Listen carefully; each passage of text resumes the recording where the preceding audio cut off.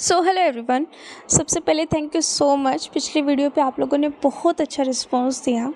इस वीडियो में हम बात करने वाले इंग्लिश के बारे में। अगर किसी को भी इंग्लिश में दिक्कत आ रही है ना, आई एश्योर यू इस वीडियो के बाद दिक्कत नहीं रहेगी। किसी की भाई वो कैब ख़राब है, किसी को लग रहा है कि उन्हें ग्रामर के रूल्स ही नहीं आते, उन्होंने तो कभी रीडिंग कम्प्रिहेंशन पढ़ा ही नहीं है, कैसे होगा।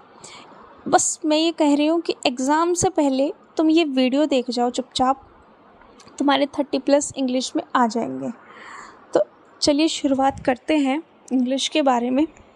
तो एग्ज़ाम में सबसे ज़्यादा हाई वेटेज चीज़ आ रही थी वो कैब के ये लगा लो, आई थिंक आराम से 12 क्वेश्चंस मिल जाएंगे, 10 से 12, क्योंकि प्रोवर्ब्स भी है, ईडियम्स भी है, OWS भी है, साइनो है, एंटो है, सब कुछ है। मतलब कितनी सारी चीज़ें आ रही थी वो कैब से रिलेटेड। तो वो कैब तो तुम्हारी अच्छी होनी ही चाहिए।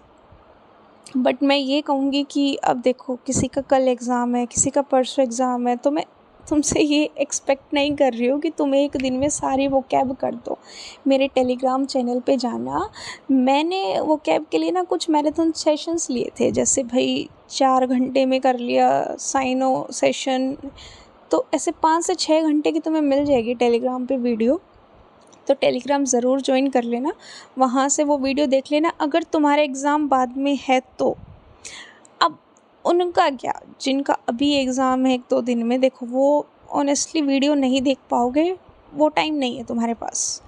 तो तुम्हारे लिए मैं बताऊंगी अप्रोच कि मैंने एग्ज़ाम में इंग्लिश को कैसे टैकल किया था।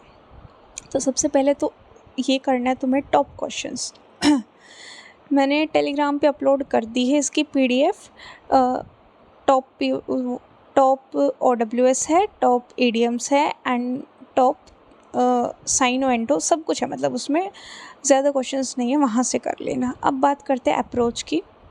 तो इसमें एलिमिनेशन अप्रोच वर्क करेगी।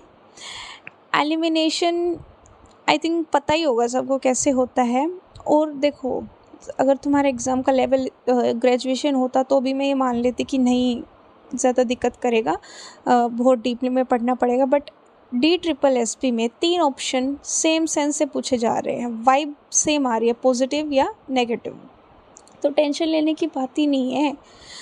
तुम्हें एलिमिनेट करना है 3 एक जैसे जो सिमिलर ऑप्शंस दिख रहे हैं ना, उनको निकाल दो, बचा हुआ आंसर है। यू नो व्हाट, तुम्हें क्वेश्चन पढ़ने की भी ज़रूरत नहीं है कि तुमसे मीनिंग किसका पूछा है। डायरेक्ट ऑप्शंस देखो, चारों ऑप्शंस में जो 3 सिमिलर थिंग्स दिख रही है उनको सबसे पहले हटा दो, बचा हुआ आंसर है। यानी कि 3 एक जैसी वाइब के होंगे। तुम्हें कोई नेगेटिव वर्ड दिख रहे हैं 3, एक पॉजिटिव वर्ड है, तो वही आंसर है। ऐसे क्वेश्चन सीरियसली पेपर में आ रहे थे। इट्स नॉट कि भाई मतलब कुछ भी अप्रोच बता रही हूँ, DSSS भी ऐसी इस अप्रोच पे दे रहा है। अब हम बात करते हैं पैराजम्बल्स की, जिनको हम PJB बोलते हैं। तो पैराजम्बल्स में देखो, पहले पे क्या आएगा, दूसरे पे क्या आएगा, ये चीज़ें सेट करनी होती है, यानी कि सेंटेंस को रीअरेंज करना होता है। इस पर मैं देखो वैसे तो वीडियो बना दूँगी, कोई दिक्कत की बात नहीं है। जैसे कॉन्सेप्ट क्लैरिटी होना ज़रूरी है, हमें पता होना चाहिए कि पहले क्या आएगा, उसके बाद क्या आएगा, ये चीज़ मैं समझ रही हूँ। लेकिन मतलब मेरा ये पर्सनल मानना है कि प्रैक्टिस से होती है चीज़ें। आप पैराजंबल को वीडियो देख के नहीं सीख सकते हो। अगर आपको पैराजंबल अच्छे करने हैं तो आपको प्रैक्टिस ही करनी पड़ेगी। तो मैं अपने टेलीग्राम पे तुम्हें प्रोवाइड करा दूँगी 50 क्वेश्चंस पैराजंबल के। 50 ज़्यादा हो जाएंगे, जैसे सबका एग्ज़ाम पास में ही है, तो 10 क्वेश्चंस कर जाना बहुत है।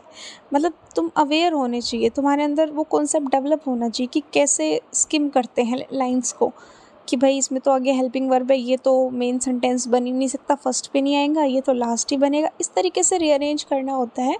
कहोगे तो मैं पैराजंबल पे एक वीडियो भी बना दूँगी।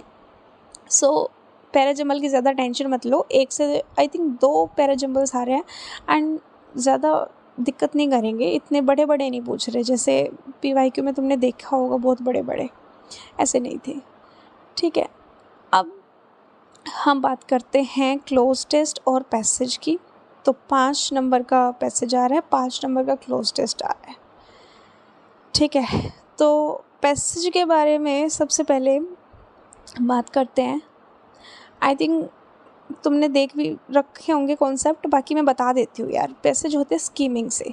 जैसे ही तुमने पैसेज देखा, सबसे पहले ना क्वेश्चंस देख लिया करो कैसे कैसे पूछे जा रहे हैं, फिर उसी बेस के जो क्वेश्चन में पूछे गए ना वे कीवर्ड्स स्किम कर लिए तुमने।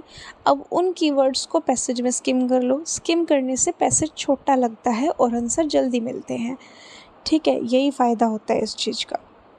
बाकी मैं अवेलेबल करा दूँगी इसके रिगार्डिंग भी, अगर तुम्हें वीडियो चाहिए तो।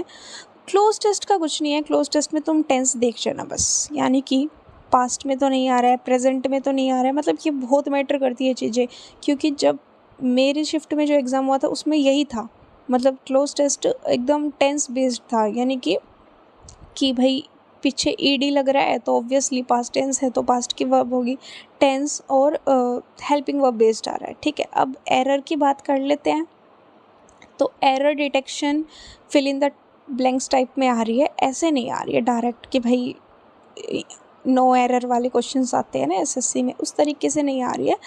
एंड वो भी सिर्फ 3 टॉपिक्स कवर कर रहे हैं। एक आर्टिकल मैंने तुम्हें बताया था 5 से 6 नंबर का आ रहा है। इसके अलावा एक दूसरा है एडजेक्टिव भी मतलब 1 से 2 क्वेश्चन आ रहे हैं, वो भी fill in the blanks type में। एंड नेक्स्ट प्रीपोजिशन, इसका इक्का दुक्का क्वेश्चन तुम्हें मिल जाएगा। ये मैंने वो टॉपिक्स बताए कि इनसे बाहर तो आ ही नहीं रहा है, पढ़ क्यों रहे हो। ना कोई वॉइस का क्वेश्चन आ रहा है, ना कोई नरेशन का क्वेश्चन आ रहा है, तो मतलब लेवल देखो कहाँ जा रहा है इनका। सिर्फ 3 टॉपिक करने हैं तुम्हें, आर्टिकल्स, एडजेक्टिव, प्रीपोजिशन। आर्टिकल्स मैं करा चुकी हूँ और एक वीडियो और ले आऊँगी जिसमें ये adjective, preposition, parajumbles, passage skimming ये सब बता दूँगी तुम्हें। इसमें मतलब मैंने इम्पोर्टेंट चीज़ें बता दी है कि क्या क्या तुम्हें करना है, तुम्हारा क्या क्या हो जाना चाहिए एग्ज़ाम से पहले, जो पूछा जा रहा है एग्जैक्ट वही चीज़ें बता रही हूँ। अगर इनमें से तुम्हें कुछ भी समझनी है तो कमेंट कर देना, मैं उस चीज़ को समझा दूँगी। ओके, सो इतना ही आ रहा है पेपर में, ज़्यादा लोड लेने की ज़रूरत नहीं है। इसके अलावा क्या था, वो कैब आ रही है, पीजे आ रहा है, पैसेज आ रहा है, क्लोज टेस्ट आ रहा है, error detection fill in the blanks type में आ रहे हैं। और हाँ, एक चीज़ ध्यान रखना, एंटोनियम पूछ रहा है वो, ठीक है। मतलब जब तुम जैसे क्वेश्चन की हेडिंग में लिखा होता है ना एंटोनियम, तो प्लीज़ ये ज़रूर चेक कर लेना सिनोनियम लिखा है या एंटोनियम लिखा है, ये बहुत इंपॉर्टेंट है। मतलब बच्चे नेगलेक्ट करते हैं और फिर सिली मिस्टेक करके आ जाते हैं। एग्जामिनर को पता होता है कि इनके पास इतना टाइम नहीं है, ये जल्दबाजी में पेपर अटैम्प्ट करेंगे, देखेंगे ही नहीं सिनोनियम पूछ रखा है या एंटोनियम। तो इस चीज़ का प्लीज़ खास ध्यान रखना, एक बार थोड़ा सा ऊपर देख लेना कि कितना बोल्ड लिखा होता है यार, वो कैपिटलाइज लेटर में लिखा होता है कि भाई ये सिनोनियम पूछ रखा है, एंटोनियम पूछ रखा है, तो उसको पढ़कर ही क्वेश्चंस को करना। बाकी तुम्हारा ऐसा कुछ नहीं होना चाहिए कि पहले ये करो पहले वो करो। पेपर इतना इजी आ रहा है कि तुम 1 गो में करो, एक फ्लो में करो, ज़्यादा चीज़ें मत छोड़ो। हाँ, पैसेज और ये क्लोज टेस्ट स्किप कर दो, पहले पूरा ग्रामर और वो कैब सब कुछ कर लो, उसके बाद लास्ट में पैसेज और क्लोज टेस्ट अटैम्प्ट करना। तो ये तुम्हारा मतलब स्टेप होना चाहिए कि how to attempt English section. अगर इंग्लिश के रिगार्डिंग कोई और डाउट है, कोई और मटेरियल चाहिए तो बता देना, I will help you. Okay then, bye bye.